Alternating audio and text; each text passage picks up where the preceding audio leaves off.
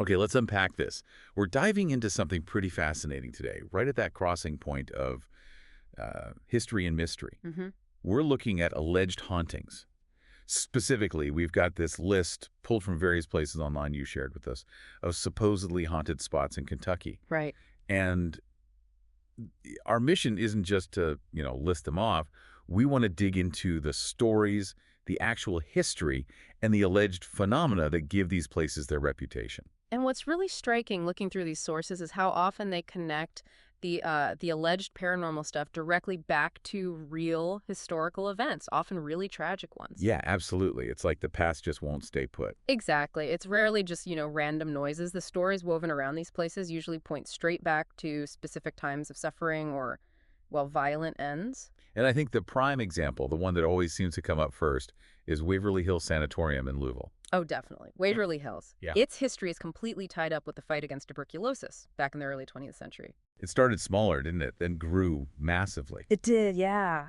As the epidemic just exploded. I mean, we're talking about a place where thousands of people died, especially in the peak years around the 1920s. Wow. That sheer volume of human suffering, it's the backdrop for pretty much every single story you hear coming out of Waverly. And the stories are incredibly specific too, aren't they? It's not just, it feels creepy. No, not at all. The sources talk about things like experiences in room 502 linked to that story of a nurse who apparently died there. Right, that one comes up a lot. And the alleged shadow people sightings, too, those dark shapes people report seeing. Yeah, what are those thought to be again? Residual energy or? Well, that's one theory some paranormal researchers suggest. Residual energy, or maybe something else entirely.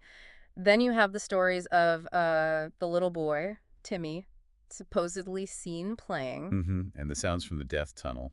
Mm. That sounds grim. It was grim. It was a tunnel they used to transport bodies out of the main building sort of discreetly, given the sheer numbers. So reports of screams or sounds from there are particularly chilling. It feels like a place where the history is just so heavy, so overwhelming. Mm. It almost makes sense that these stories of, like, lingering energy or spirits would latch on to those specific details. I think that's a fair assessment. The weight of the past is palpable there, even just reading about it. Okay, so from that really intense example, let's pivot a bit.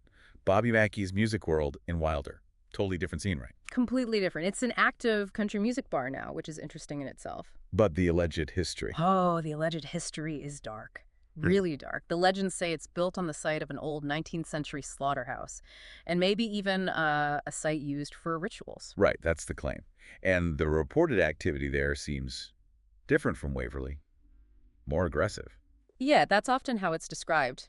It moves beyond just that feeling of residual energy, like an event replaying. Here you get reports of what people call interactive or even intelligent hauntings. Like what? Things like alleged possessions, which is extreme, growling sounds heard, and even people reporting physical things like scratches or being pushed. And specific names come up too, like Pearl Bryan. Yes, Pearl Bryan, who was tragically murdered nearby back in 1896. Her name is often linked to the site.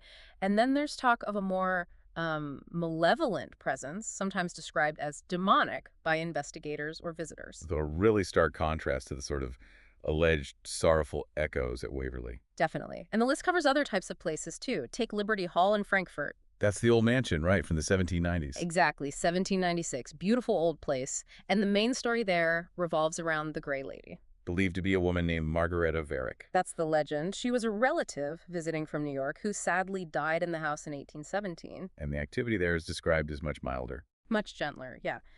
Phantom smells, like lavender, are reported. Cold spots. And sometimes sightings of a sort of subtle female figure. It's a haunting narrative tied to one person, a specific contained tragedy. Very different feel. Okay, then we also have sites linked directly to, like, mass casualty events. Camp Taylor. Right, in Louisville. Yeah. That was a huge World War I training camp. And the connection there is the 1918 Spanish flu. Exactly. Thousands of soldiers were stationed there, and tragically many died during that pandemic.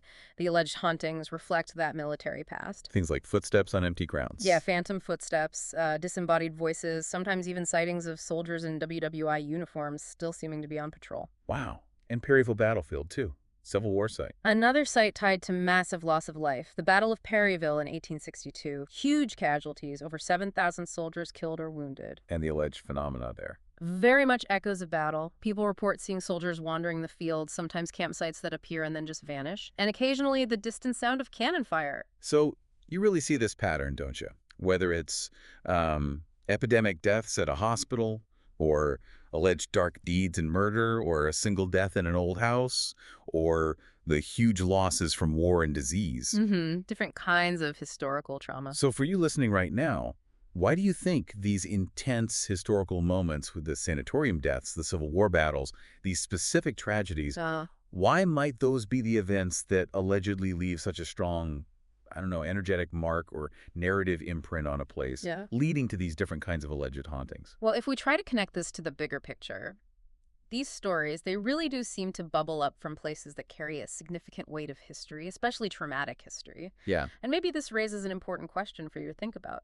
Beyond just the specific spooky stories, how much does our knowledge of a place's past, especially a past marked by loss and suffering, how much does that knowledge itself shape the stories we tell about it? And maybe even shape our own perception of it, leading us to feel it's haunted?